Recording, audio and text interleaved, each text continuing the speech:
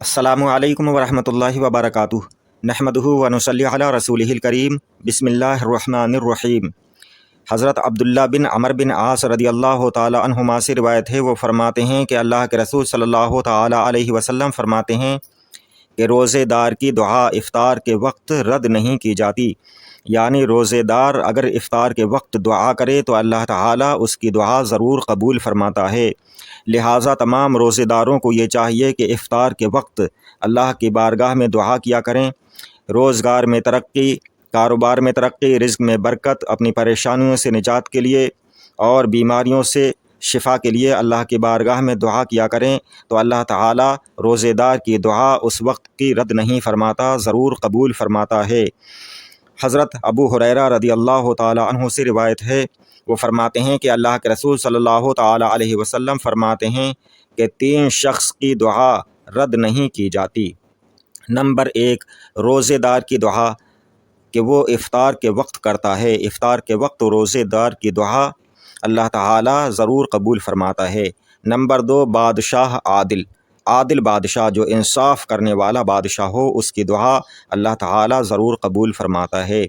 Number 3, मज़लूम की दुआ, लिहाजा आप किसी पर जुल्म ना करें, इसलिए कि अगर वो मज़लूम दुआ अल्लाह की बारगाह में करेगा तो अगर तुम्हारे लिए बद्दुआ कर देगा तो वो अल्लाह की बारगाह में कबूल होगी और तुम्हें उसका नुकसान और खमियाजा भुगतना पड़ेगा। लिहाजा किसी पर जुल्म ना करें। मज़लूम की दुआ बहुत जल्द अल्लाह की बारगाह में कबूल होती है। अल्लाह ताला उसको अबर से ऊपर बुलंद करता है और उसके लिए आसमान के दरवाज़े खोले जाते हैं और अल्लाह अज़्ज़ा वजल फरमाता है, मुझे अपने इज़्ज़त व जलाल की कसम ज़रूर तेरी मदद करूँगा अगरचे थोड़े ज़माने बाद। हज़रत अबू सईद खुदरी रदियल्लाहु ताला अन्हु से रिवायत है, वो फरमाते हैं कि नबी करीम सल्लल्लाहु ताला अलैहि वसल्लम ने फरमाया कि जिसने रमज़ान का रोज़ा रखा और उसकी हुदूद को पहचाना, यानी तमाम मकरूहात से बचा और जिस चीज़ से बचना चाहिए उससे बचा, तो जो पहले कर चुका है उसका कफ़ारा हो गया, यानी पहले के तमाम गुनाह उसके मुआफ़ हो गए। हज़रत अब्दुल्ला इब्न अब्बास रदियल्लाहु ताला अन्हुमा से रिवायत है, वो फरमाते हैं कि हुज़ूर अक़दस सल्लल्लाहु ताला अलैहि वसल्लम फरमाते हैं कि जिसने मक्का शरीफ में माह रमज़ान पाया और रोज़ा रखा और रात में जितना मयस्सर आया क़याम किया, यानी नमाज पढ़ी, तो अल्लाह ताला उसके लिए और जगह के 1 लाख रमज़ान का सवाब लिखेगा। और जगह के मुकाबले रमज़ान का सवाब जो मक्का शरीफ में रोज़े रखे जाएँ और नमाज़ें पढ़ी जाएँ तो वो 1 लाख दर्जा ज़्यादा सवाब अल्लाह ताला उसे अता फ़रमाता है। और अल्लाह के रसूल सल्लल्लाहु अलैहि वसल्लम ने फरमाया कि और हर दिन 1 गर्दन आज़ाद करने का सवाब और हर रात 1 गर्दन आज़ाद करने का सवाब, यानी हर रोज़ और हर रात में 1-1 ग़ुलाम आज़ाद करने का सवाब उसको मिलेगा जो मक्का शरीफ में रमज़ान का महीना पाए और वहाँ पर रोज़ा रखे और नमाज़ पढ़े रात में। और अल्लाह के रसूल सल्लल्लाहु अलैहि वसल्लम ने फरमाया कि हर रोज़ जिहाद में घोड़े पर सवार कर देने का सवाब उसे मिलेगा, यानी मुजाहिद के लिए पूरा जंग का सामान मुहैया कर देने का सवाब अल्लाह ताला उसे अता फ़रमाएगा हर रोज़, और हर दिन में हसना और हर रात में हसना लिखेगा। सुभान अल्लाह। हज़रत जाबिर बिन अब्दुल्ला रदियल्लाहु ताला अन्हु से रिवायत है, वो फरमाते हैं कि अल्लाह के रसूल सल्लल्लाहु ताला अलैहि वसल्लम ने फरमाया कि मेरी उम्मत को माह रमज़ान में 5 बातें दी गईं कि जो मुझसे पहले किसी नबी को ना मिलीं। पहली चीज़ ये कि जब रमज़ान की पहली रात होती है तो अल्लाह ताला उनकी तरफ नज़र रहमत फरमाता है, मेरी उम्मत की तरफ, और जिसकी तरफ नज़र फरमाएगा अल्लाह ताला उसे कभी अज़ाब ना देगा।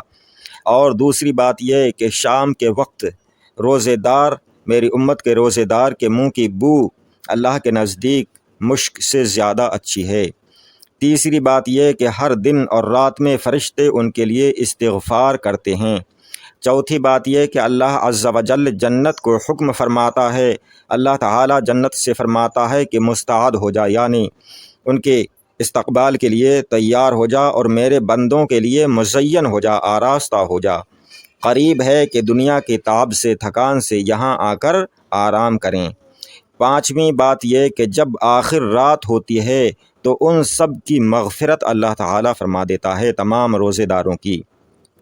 کسی نے عرض کیا، صحابہ اکرام میں سے کسی نے عرض کیا کہ یا رسول اللہ صلی اللہ علیہ وسلم، جس رات میں سب کی مغفرت فرما دیتا ہے وہ رات کیا شب قدر کی رات ہے؟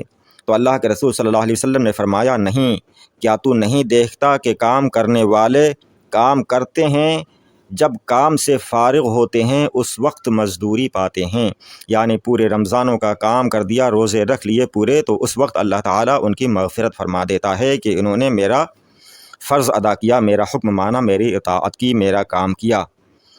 اللہ کے رسول صلی اللہ علیہ وسلم نے فرمایا، سب لوگ ایک بار اللہ کے رسول صلی اللہ علیہ وسلم نے صحابہ اکرام سے فرمایا، اللہ کے رسول صلی اللہ علیہ وسلم مسجد نبوی میں تشریف فرما تھے، صحابہ اکرام حاضر تھے، حضور صلی اللہ علیہ وسلم نے فرمایا کہ سب لوگ ممبر کے پاس حاضر ہوں۔ صحابہ اکرام حاضر ہو گئے، ممبر کے قریب قریب چلے گئے، تو حضور صلی اللہ علیہ وسلم ممبر کے اپنے ممبر شریف کے پہلے درجے پر چڑھے، پہلی سیڑھی پر قدم مبارک رکھا حضور صلی اللہ علیہ وسلم نے، تو حضور صلی اللہ علیہ وسلم نے کہا آمین۔ اس کے بعد حضور صلی اللہ علیہ وسلم دوسرے درجے پر، دوسری سیڑھی پر چڑھے، دوسری سیڑھی پر قدم مبارک رکھا، تو حضور صلی اللہ علیہ وسلم نے پھر فرمایا آمین۔ اس کے بعد حضور صلی اللہ علیہ وسلم ممبر شریف کے تیسرے درجے پر چڑھے، تیسری سیڑھی پر قدم مبارک رکھا، تو حضور صلی اللہ علیہ وسلم نے پھر فرمایا آمین۔